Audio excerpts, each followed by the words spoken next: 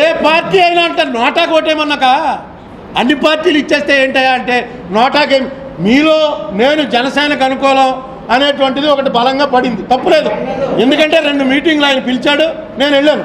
నన్ను ఇంకెవరో పిలవలేదు.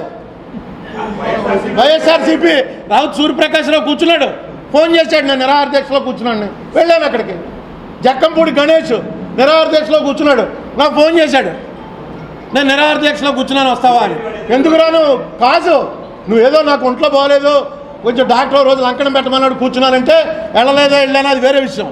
ఈ కాజ్ ఏంటి? స్పెషల్ కేటగిరీ స్టేటస్ గురించి. ఆ రోజున ఉద్యమం చేస్తే అరెస్ట్ అయిన 26 మందిలో మేము 26 మంది వాళ్ళు కూర్చుంటున్నాం, నువ్వు వస్తావా అని అడిగాడు.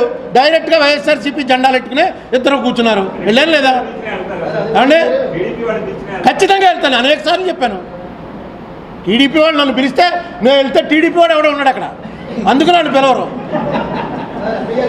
ఎందుకంటే వాళ్ళకు ఒక ఇది వచ్చేసింది, వాళ్ళకి ఎందుకో వీడు మనకు వ్యతిరేకం అని. నేను వాళ్ళకి వ్యతిరేకంగా ఎప్పుడు మాట్లాడింది లేదు. ప్రభుత్వం చేసిన తప్పులు ఏమైనా బయట పెట్టాను తప్ప చంద్రబాబు డబ్బు తీసుకెళ్ళి సింగపూర్లో దాచుకున్నాడని నేను ఎప్పుడైనా అన్నానా? దుబాయ్లో లేకపోతే అతని కొడుకు దగ్గర శేఖర్ రెడ్డికి సంబంధం ఉందని నేను ఎప్పుడైనా అన్నానా? నేను ఎవరి మీద వ్యక్తిగతంగా నువ్వు లంచగొండి డబ్బులు దాచేసుకున్నావు అని అలా. పోలవరంలో అవినీతి జరుగుతుంది, పట్టిసీమలో అవినీతి జరుగుతుంది, అవి బయట పెట్టాం.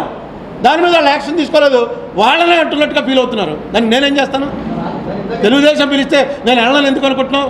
ఢిల్లీ వెళ్తే ఒక పొద్దున తెలుగుదేశం వాళ్ళ ఇంట్లో భోజనం, సాయంత్రం వైఎస్ఆర్సీపీ వాళ్ళ ఇంట్లో భోజనం. ఎవడు పిలిస్తే వాళ్ళు వెళ్తాం.